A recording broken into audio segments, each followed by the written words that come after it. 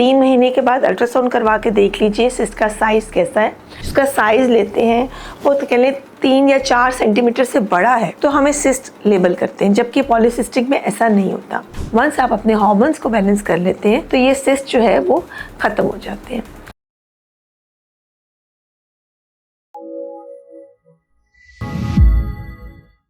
अस्सलाम वालेकुम जी, आज हम इस वीडियो में बात करेंगे ओवेरियन सिस्ट के हवाले से। ओवेरियन सिस्ट हमें सबको पता है कि कॉमन है, कॉमनली बन जाते हैं, अमूमन इन्हें पानी की थैली कहा जाता है और ये परेशानी वाले सिस्ट नहीं होते हैं। परेशानी हमें तब होती है जब इसका साइज़ बढ़ना शुरू हो जाता है या इसकी कह लें कि सिस्टिक नेचर यानी पानी वाली नेचर चेंज होना शुरू हो जाती है और ये यंग बच्चियों में बनना शुरू हो जाते हैं। ठीक है, सो हम आज इस हवाले से बात करेंगे कि अगर यंग बच्चियों में लेस दैन 20 साल से कम उम्र या गैर शादीशुदा जो बच्चियां हैं उनमें अगर ओवेरियन सिस्ट बनते हैं तो उनका क्या इलाज करना चाहिए, क्या उनके लिए हमें सर्जरी करवा लेनी चाहिए या वेट करना चाहिए। अच्छा, अब इसमें सबसे इम्पॉर्टेंट चीज़ तो ये है कि PCO बहुत कॉमन है, पॉलीसिस्टिक ओवरीज।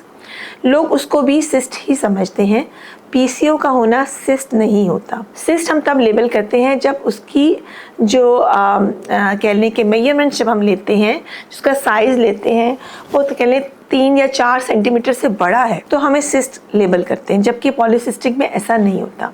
ठीक है, हाँ ये ज़रूर है कि जिन बच्चियों में पॉलीसिस्टिक ओवरीज होती हैं उनमें सिस्ट बन जाते हैं, लेकिन ये सिस्ट अमूमन टाइम के साथ यानी एक पीरियड या दूसरे पीरियड के बाद ख़त्म भी हो जाते हैं। तो इन सिस्ट के लिए भी किसी को सर्जरी की या इवन मेडिसिन की भी ज़रूरत नहीं होती है, सिर्फ आपने हार्मोन्स को बैलेंस करना होता है।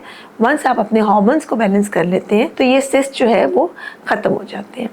सो वो कौन से सिस्ट हैं जो कि इम्पॉर्टेंट हैं और जिनके लिए हमें सर्जरी रिक्वायर्ड या फॉलो अप रिक्वायर्ड है। बाज़ दफ़ा यंग बच्चियां हमारे पास प्रेजेंट करती हैं जिन्हें लोअर पेट के निचले हिस्से में दर्द होता है या हैवीनेस की शिकायत होती है और उनके पास एक अल्ट्रासाउंड होता है जिस पे 4 से 5 सेंटीमीटर का सिंपल सिस्ट मौजूद होता है। ये कॉमन हमारे पास प्रेजेंटेशन है, कॉमनली बच्चे ऐसे आते हैं कि 4 से 5 सेंटीमीटर का एक क्लियर सिस्ट मौजूद है, हेमरेजिक सिस्ट मौजूद है और उनको डल सी पेन महसूस हो रही होती है। इन सिस्ट के लिए प्लीज़ सर्जरी मत करवाइए, चाहे लेप्रोस्कोपिक या लेप्रोटमी यानी ओपन या की होल या कैमरे वाली सर्जरी, आपने कोई सर्जरी इसके लिए नहीं करवानी है। अमूमन इनको थोड़ा सा टाइम दिया जाता है, पेन किलर्स दिए जाते हैं और ये सिस्ट खुद ब खुद ख़त्म हो जाते हैं। हाँ, फॉलो अप ज़रूर करना है। 3 महीने के बाद अल्ट्रासाउंड करवा के देख लीजिए सिस्ट का साइज़ कैसा है।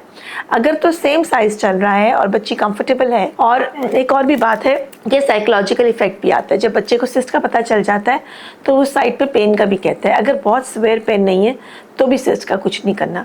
अगर साइज़ में बहुत ज़्यादा चेंज नहीं आ रहा तो भी सिस्ट का कुछ नहीं करना। ठीक है, अब कभी कभी हम इन लोगों को पिल्स पे डाल देते हैं, जो ओरल कॉन्ट्रासेप्टिव पिल्स होती हैं जो प्रेगनेंसी ना होने के लिए ली जाती हैं। वो पिल्स भी समटाइम्स बड़ी इफ़ेक्टिव हैं क्योंकि वो हार्मोन्स को कंट्रोल कर लेती हैं, पीरियड्स को रेगुलर कर देती हैं। बाज़ दफ़ा ये सारी चीज़ें करने से टाइम गुजर जाता है जिसके साथ वो सिस्ट जो है वो गायब हो जाता है। This is very important. अक्सर बच्चियों में हम लोग इस तरह से टाइम पास करते हैं और रिमूवल सिस्ट जो है वो ख़त्म हो जाता है। अब इम्पॉर्टेंट बात यह है कि अगर फॉलोअप स्कैन पे उसका साइज़ 4 से 8 सेंटीमीटर हो गया, 10 सेंटीमीटर हो गया या सिस्ट के में चेंज नज़र आना शुरू हुआ, इसमें सबसे ख़तरे की अलामत ये होती है कि उसके अंदर आपको अब सिस्ट के साथ कोई सॉलिड कंपोनेंट नज़र आना शुरू हो जाए, यानी सिस्ट की नेचर में कोई चेंज नज़र आना शुरू हो जाए, या इनिशियल अल्ट्रासाउंड पे जो उन्होंने सिस्ट कराया था उसका साइज़ बहुत बड़ा हो और उसकी जो है वो नेचर में सिंपल सिस्ट ना हो, रादर कोई चेंज नज़र आए। ठीक है, बाज़ दफ़ा एंडोमेट्रियोसिस होता है। अब ये वो पेशेंट्स होते हैं जिनमें सिस्ट के साथ पेशेंट को यूजुअली काफ़ी ज़्यादा पेन भी होती है।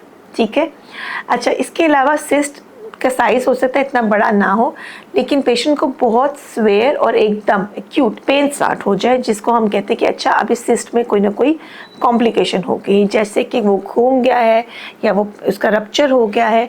तो ऐसे सिस्ट को भी फौरी तौर पर सर्जरी की ज़रूरत होती है, यानी सिस्ट की नेचर में चेंज आ गया या सिस्ट ऑलरेडी सस्पिशियस है देखने में, उसमें कोई सॉलिड कंपोनेंट है, का साइज़ बहुत बड़ा है या बच्चे को उसके साथ बहुत सवेर एक्यूट पेन हो रही है।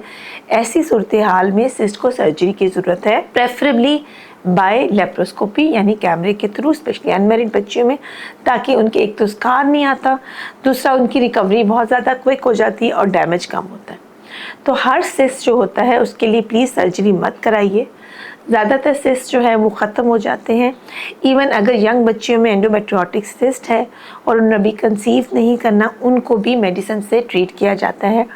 अगर आप ऐसी जगह मौजूद हैं जहाँ पे कोई हेल्प आपको अवेलेबल नहीं है, आपके पास डॉक्टर से रब्ता मुमकिन नहीं है, ऐसी बच्चियों में अगर आप शॉर्ट टाइम के लिए ओरल कॉन्ट्रासेप्टिव पिल्स फैमिला के नाम से हर फैमिली प्लानिंग सेंटर पे मौजूद है, अगर आप उसको 3 महीने का वो कोर्स करवा देते हैं, उससे डरिए मत कि वो सिर्फ मैरिड लोगों के लिए है। ये बेसिकली हार्मोन्स रेगुलेट करने के लिए यूज़ की जाती है। सिमिलरली पीसीओ के पेशेंट में अगर सिस्ट है या यंग बच्चियों में, तो अगर उसको 3 महीने का ये कोर्स करवा दिया जाता है तो उसके साथ अक्सर औकात पेन भी सेटल हो जाती है और सिस्ट का साइज़ भी कम हो जाता है। बहुत सारा ख्याल रखिएगा, दुआ में याद रखिएगा।